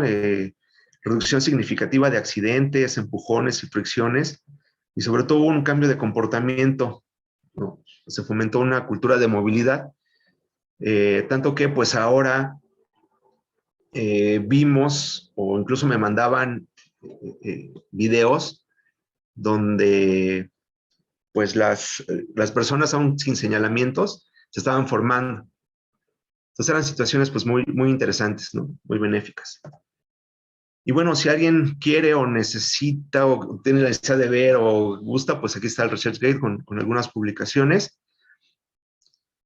El reporte que se le entregó al Metro, un artículo científico. Este ensayo que también publicamos aquí en la serie de actas de economía y complejidad, coordinada por el doctor Ricardo, está este articulito sobre dispositivos de poder y teoría de Notch, por qué explicar cómo explicamos el surgimiento de filas, ¿no? Y bueno, pues con eso cerramos el taller, espero que les haya gustado. Esta última parte era para que vean el alcance de los modelos y de las simulaciones computacionales. Y bueno, pues sería todo de mi parte. Muchas gracias, Gustavo. Y bueno, pasamos a las preguntas, comentarios, dudas. Sí. ¿Me das un momento tantito? Sí, sí, sí, sí. Voy a tomar algo de agua. Permítanme tantito.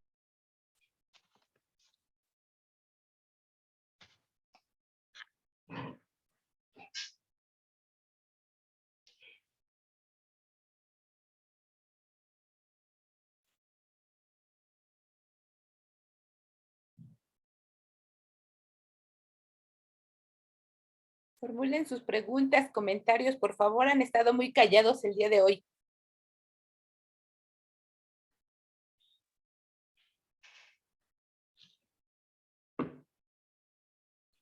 Sí, doctor Orte, en cuanto regrese, le doy la palabra. Maestro, Rosa, una pregunta nada más. Le estaba recordando, hoy sí tenemos todavía sesiones todo este mes, ¿verdad? De junio. Sí, sí, todavía. Perdón. Sí, por un momento pensé que también acabamos hoy. No. Gracias. De nada.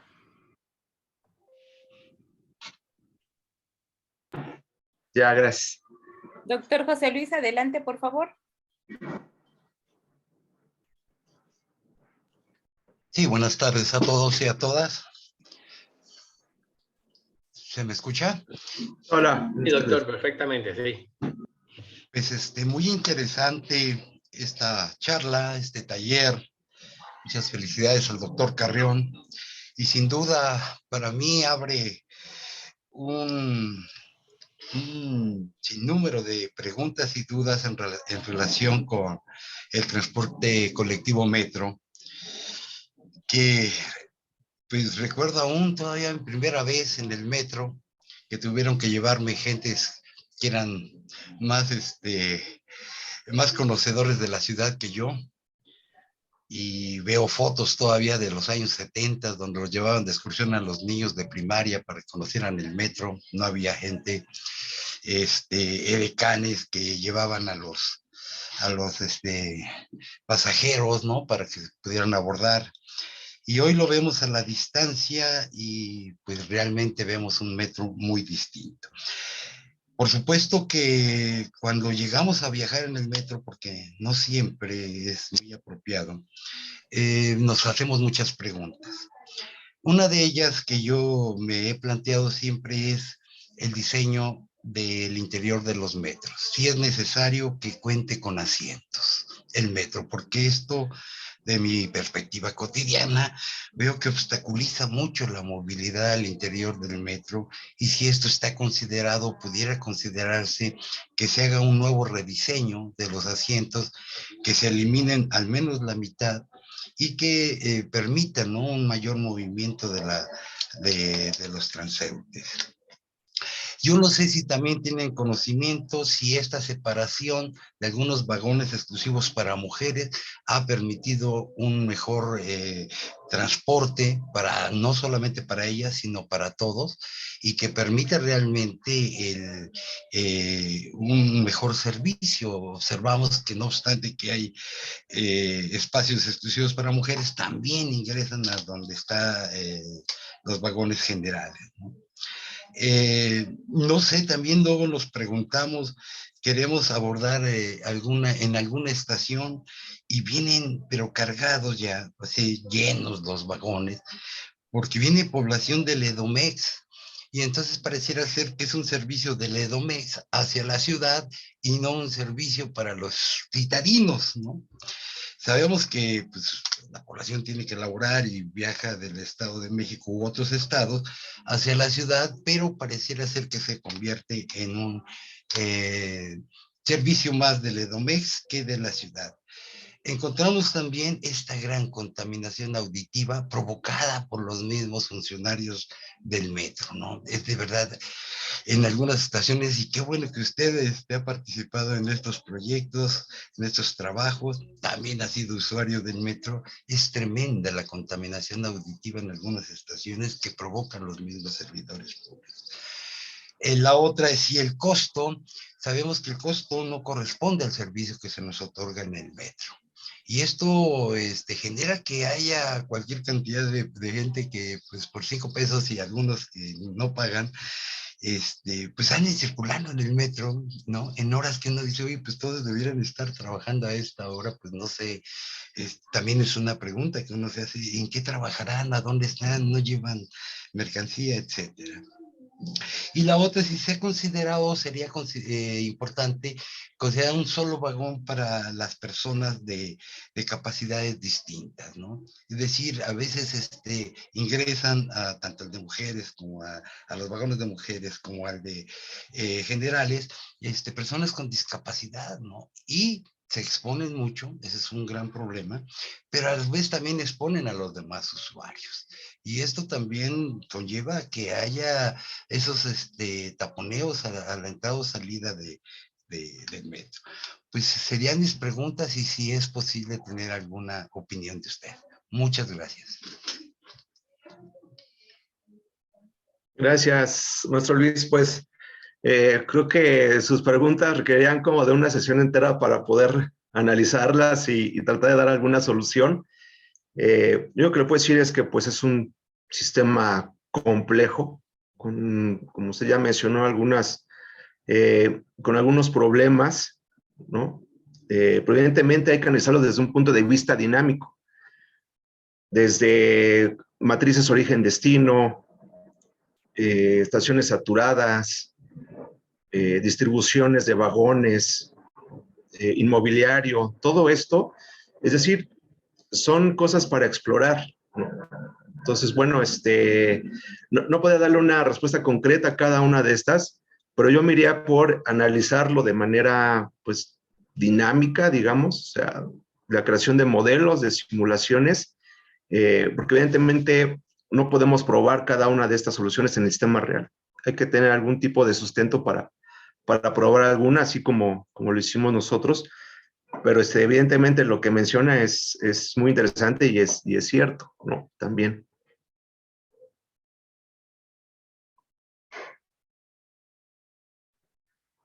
¿Alguien más?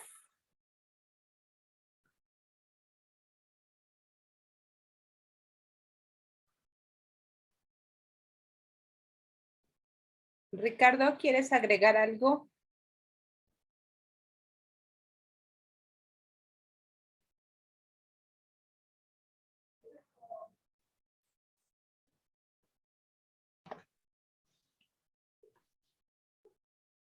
Bueno, parece que no hay más preguntas, Rosy. No, es lo que reviso, pero no.